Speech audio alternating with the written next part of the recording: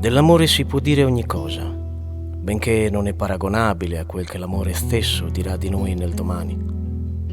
Dell'amore ci seduce il suo carattere sognante, eppure non c'è niente di più meraviglioso della realtà di sapersi amati.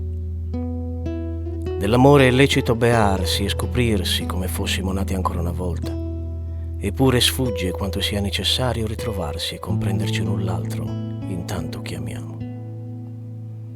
Dell'amore sapremo tutto ciò che ci è dato di sapere amando, ma non tutte le lacrime dell'amore stesso che vive e regna nel nostro io più profondo. Dell'amore, in verità, si riconosce solo il respiro e il battito.